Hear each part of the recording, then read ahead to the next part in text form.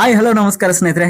ಇವತ್ತು ನಾನು ನಿಮಗೆ ಈ ವಿಡಿಯೋದಲ್ಲಿ ತೋರಿಸ್ತಾ ಇರೋದು ಬೆಂಗಳೂರಿನಲ್ಲಿರುವ ವಿಶ್ವೇಶ್ವರಯ್ಯ ಕೈಗಾರಿಕಾ ಮತ್ತು ತಾಂತ್ರಿಕ ವಸ್ತು ಸಂಗ್ರಹಾಲಯ. ಸ್ನೇಹಿತರೆ, ಇದು ಭಾರತದ ಪ್ರಮುಖ ವಿಜ್ಞಾನ ಮತ್ತು ತಂತ್ರಜ್ಞಾನ ವಸ್ತು ಸಂಗ್ರಹಾಲಯಗಳಲ್ಲಿ ಒಂದಾಗಿದೆ. ಇದು ಮಕ್ಕಳಿಗೆ ಮತ್ತು ಸಾಮಾನ್ಯ ಜನರಿಗೆ ವಿಜ್ಞಾನ ಮತ್ತು ತಂತ್ರಜ್ಞಾನದ ಬಗ್ಗೆ ಕುತೂಹಲವನ್ನ ಮೂಡಿಸುವ ಒಂದು ಪ್ರಮುಖ ಗುರಿಯಾಗಿದೆ. ಕಬ್ಬನ್ ಪಾರ್ಕ್ ಮತ್ತು ಸರ್ಕಾರಿ ಕಟ್ಟಡಗಳ ಮಧ್ಯೆ ಇರುವಂತಹ ಈ ವಿಶ್ವೇಶ್ವರಯ್ಯ ಕೈಗಾರಿಕಾ ಮತ್ತು ತಾಂತ್ರಿಕ ವಸ್ತು ಸಂಗ್ರಹಾಲಯ ಬೆಂಗಳೂರಿನ ಸಾಂಸ್ಕೃತಿಕ ಮತ್ತು ಶೈಕ್ಷಣಿಕ ಭೂಪಟದಲ್ಲಿಯೇ ಒಂದು ಮಹತ್ವ ಸ್ಥಾನವನ್ನ ಪಡೆದುಕೊಂಡಿದೆ. ಇದು ಇತರೆ ಪ್ರವಾಸ ಸ್ಥಳಗಳಂತೆ ಕೇವಲ ವೀಕ್ಷಣೆ ಸ್ಥಳವಲ್ಲ, ಬದಲಾಗಿ ಜ್ಞಾನ ಮತ್ತು ಅನ್ವೇಷಣೆಯ ಕೇಂದ್ರವಾಗಿದೆ. ಇದು ಮಕ್ಕಳಿಗೆ, ವಿದ್ಯಾರ್ಥಿಗಳಿಗೆ, ಇಂಜಿನಿಯರ್ಗಳಿಗೆ ಮತ್ತು ಸಾಮಾನ್ಯ ಜನರಿಗೆ ವೈಜ್ಞಾನಿಕ ಕುತೂಹಲವನ್ನ ಹುಟ್ಟುಹಾಕುವ ಒಂದು ಅದ್ಭುತ ಕೇಂದ್ರವಾಗಿದೆ. ಭಾರತ ರತ್ನ ಪ್ರಶಸ್ತಿ ವಿಜೇತ ಮತ್ತು ಪ್ರಖ್ಯಾತ ಇಂಜಿನಿಯರ್ ಆದ ಸರ್ ಎಂ ವಿಶ್ವೇಶ್ವರಯ್ಯ ಅವರ ನೆನಪಿಗಾಗಿ ಇದನ್ನ ಸ್ಥಾಪಿಸಲಾಗಿದೆ. ಇದನ್ನ 1962ರಲ್ಲಿ ಅಂದಿನ ಪ್ರಧಾನಿ ಪಂಡಿತ್ ಜವಾಹರ್ಲಾಲ್ ನೆಹರು ಅವರು ಉದ್ಘಾಟಿಸಿದರು. ವಸ್ತು ಸಂಗ್ರಹಾಲಯದ ಹೊರಗಡೆ ಹಳೆಯ ಬಗೆಯ ವಿಮಾನಗಳನ್ನ ಪ್ರದರ್ಶಿಸಲಾಗಿದೆ. ಇದು ವಿಮಾನಯಾನದ ಇತಿಹಾಸ ಮತ್ತು ತಂತ್ರಜ್ಞಾನವನ್ನ ಆಸಕ್ತಿ ಇದ್ದವರಿಗೆ ಪರಿಚಯಿಸುತ್ತೆ. ಇನ್ನು ಈ ವಸ್ತು ಸಂಗ್ರಹಾಲಯವು ವಿಜ್ಞಾನದ ತತ್ವಗಳನ್ನ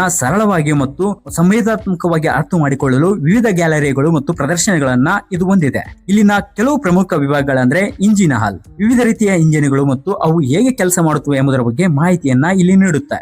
ಎಲೆಕ್ಟ್ರಾನಿಕ್ಸ್ ಹಾಲ್, ದೂರದರ್ಶನದಿಂದ ಮೊಬೈಲ್ ಫೋನ್ಗಳವರೆಗೂ ಎಲೆಕ್ಟ್ರಾನಿಕ್ಸ್ ನ ವಿಕಾಸನವನ್ನ ಈ ಒಂದು ವಿಭಾಗದಲ್ಲಿ ನೀವು ನೋಡಬಹುದು.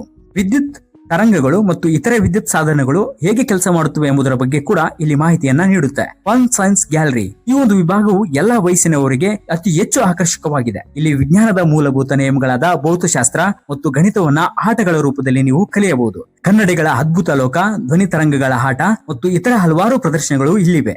ಬಾಹ್ಯಾಕಾಶ ತಂತ್ರಜ್ಞಾನದ ಗ್ಯಾಲರಿ, ಈ ಒಂದು ವಿಭಾಗವು ಭಾರತದ ಬಾಹ್ಯಾಕಾಶ ಸಂಶೋಧನೆ ಸಂಸ್ಥೆ ಸಹಯೋಗದಿಂದ ನಿರ್ಮಿಸಲಾಗಿದೆ. ಇಲ್ಲಿ ಭಾರತದ ರಾಕೆಟ್ ಮಾದರಿಗಳು, ಉಪಗ್ರಹಗಳ ಕಾರ್ಯನಿರ್ವಹಣೆ ಮತ್ತು ಮಂಗಳಯಾನ, ಚಂದ್ರಯಾನದಂತಹ ಪ್ರಮುಖ ಯೋಜನೆಗಳ ಬಗ್ಗೆ ಇಲ್ಲಿ ವಿವರವಾದ ಮಾಹಿತಿಯನ್ನ ನೀವು ಪಡೆಯಬಹುದು. ಜೀವತಂತ್ರಜ್ಞಾನ ಕ್ರಾಂತಿ, ಜೀವತಂತ್ರಜ್ಞಾನದ ಕ್ಷೇತ್ರದ ಬೆಳವಣಿಗೆಗಳು ಮತ್ತು ಅವುಗಳ ಉಪಯೋಗಗಳ ಬಗ್ಗೆ ಕೂಡ ತಿಳಿಸುತ್ತೆ. ಡೈನೋಸರ್ ಎನ್ಕ್ಲೇವ್, ಇದು ವಸ್ತು ಸಂಗ್ರಹಾಲಯದ ಹೊರಭಾಗದಲ್ಲಿರುವ ಆಕರ್ಷಕ ವಿಭಾಗ.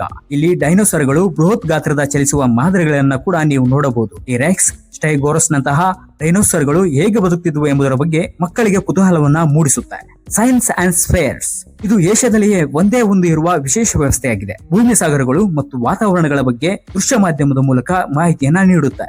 ರೈಟ್ ಬ್ರದರ್ಸ್ ಫ್ಲೈಯರ್ ಸಿಮ್ಯುಲೇಟರ್, ಇದು ವಿಮಾನಯಾನದ ಇತಿಹಾಸ ಮತ್ತು ಫ್ಲೈಯರ್ ಸಿಮ್ಯುಲೇಟರ್ ಬಗ್ಗೆ ಒಂದು ಅನುಭವವನ್ನ ನೀಡುತ್ತೆ. ಇನ್ನು ವಸ್ತು ಸಂಗ್ರಹಾಲಯದ ಇತರ ಆಕರ್ಷಣೆಗಳ ಬಗ್ಗೆ ಮತ್ತು ಸೌಲಭ್ಯಗಳ ಬಗ್ಗೆ ತಿಳಿದುಕೊಳ್ಳೋಣ. 3D ಚಿತ್ರಮಂದಿರ ಇದೆ. ಇಲ್ಲಿ ನೀವು ವೈಜ್ಞಾನಿಕವಾಗಿ ಮತ್ತು ಶೈಕ್ಷಣಿಕ ವಿಷಯಗಳ ಮೇಲೆ 3D ಚಲನಚಿತ್ರಗಳನ್ನ ಇಲ್ಲಿ ಪ್ರದರ್ಶಿಸಲಾಗುತ್ತೆ. ಚಲನಚಿತ್ರಗಳು ಸಾಮಾನ್ಯವಾಗಿ ಜಗತ್ತಿನ ವಿಸ್ಮಯಗಳು, ಡೈನೋಸರ್ಗಳ ಜೀವನ, ಆಳ ಸಮುದ್ರದ ಜೀವಿಗಳ ಬಗ್ಗೆ ಇರುತ್ತೆ. ಇದು ಕಲಿಯುವ ಒಂದು ಅನುಭವಕ್ಕೆ ಮತ್ತು ಸಾಕಷ್ಟು ಆಕರ್ಷಕ ಆಯಾಮವನ್ನು ಕೂಡ ನೀಡುತ್ತೆ. ಇನ್ನು ಸ್ನೇಹಿತರೆ, ಇಲ್ಲಿ ಶಾಲೆಗಳಿಗಾಗಿ ವಿಶೇಷ ಪ್ಯಾಕೇಜ್ಗಳು ಮತ್ತು ಕಾರ್ಯಾಗಾರಗಳನ್ನ ಕೂಡ ನಡೆಸಲಾಗುತ್ತೆ. ಮಕ್ಕಳಿಗೆ ವಿಜ್ಞಾನದ ಪ್ರಯೋಗಗಳನ್ನ ನೇರವಾಗಿ ನೋಡಲು ಮತ್ತು ಅದರಲ್ಲಿ ಭಾಗವಹಿಸಲು ಅವಕಾಶವನ್ನ ಕಲ್ಪಿಸಲಾಗುತ್ತೆ. ಇನ್ನು ಇಷ್ಟೆಲ್ಲ ಹೇಳಿದ ಮೇಲೆ ಸಮಯ ಮತ್ತು ಪ್ರವೇಶ ಶುಲ್ಕಕ್ಕೆ ಬರುವುದಾದ್ರೆ, ಇದು ಸಾಮಾನ್ಯವಾಗಿ ವಾರದ ಎಲ್ಲಾ ದಿನಗಳಲ್ಲಿ ಬೆಳಗ್ಗೆ 9:30ರಿಂದ ಸಂಜೆ 6 ಗಂಟೆಯವರೆಗೂ ಕೂಡ ತೆರೆದಿರುತ್ತೆ.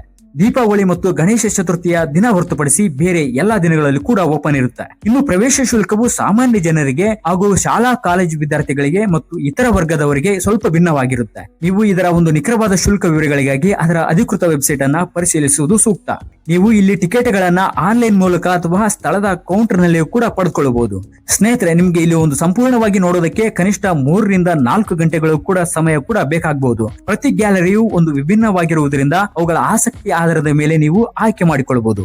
ಹಾಗಾದ್ರೆ ಇನ್ನು ಈ ಸ್ಥಳಕ್ಕೆ ಭೇಟಿ ನೀಡುವ ಒಂದು ಸೂಕ್ತ ಸಮಯ ಅಂದ್ರೆ ಸ್ನೇಹಿತರೆ, ನನಗೆ ಗೊತ್ತಿರುವ ಹಾಗೆ ವಾರದ ದಿನಗಳಲ್ಲಿ ಭೇಟಿ ನೀಡುವುದು ಹೆಚ್ಚು ಸೂಕ್ತ.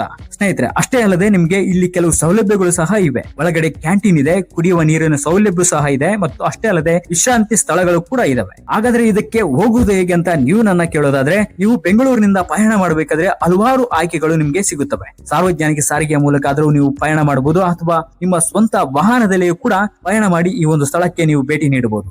ಇದರ ಒಂದು ವಿಳಾಸ ಬಂದು ಕಸ್ತೂರ್ಬಾ ರಸ್ತೆ, ನಿಯರ್ ಚಿನ್ನಸ್ವಾಮಿ ಸ್ಟೇಡಿಯಂ, ಬೆಂಗಳೂರು. ಇನ್ನೇನು ತಡ ಮಾಡ್ತೀರಾ ಸ್ನೇಹಿತರೆ, ಈ ಒಂದು ಸ್ಥಳಕ್ಕೆ ಆದಷ್ಟು ಬೇಗ ನೀವು ವಿಸಿಟ್ ಮಾಡಿ ಅಂತ ಹೇಳ್ತಾ, ಸ್ನೇಹಿತರೆ, ಇದಾಗಿತ್ತು ನನಗೆ ಗೊತ್ತಿರುವಂತಹ ವಿಶ್ವೇಶ್ವರಯ್ಯ ಕೈಗಾರಿಕೆ ಮತ್ತು ತಾಂತ್ರಿಕ ವಸ್ತು ಸಂಗ್ರಹಾಲಯದ ಬಗ್ಗೆ ಒಂದು ಸಣ್ಣ ಮಾಹಿತಿ. ಇದೇ ರೀತಿಯ ಮತ್ತಷ್ಟು ವಿಡಿಯೋಗಳನ್ನ ನೋಡೋದಕ್ಕೋಸ್ಕರ ಈ ಕೂಡಲೇ ನಮ್ಮ ಯೂಟ್ಯೂಬ್ ಚಾನಲ್ ಅನ್ನ ಸಬ್ಸ್ಕ್ರೈಬ್ ಮಾಡ್ಕೊಳ್ಳೋದನ್ನ ಮರಿಬೇಡಿ. ಧನ್ಯವಾದಗಳು.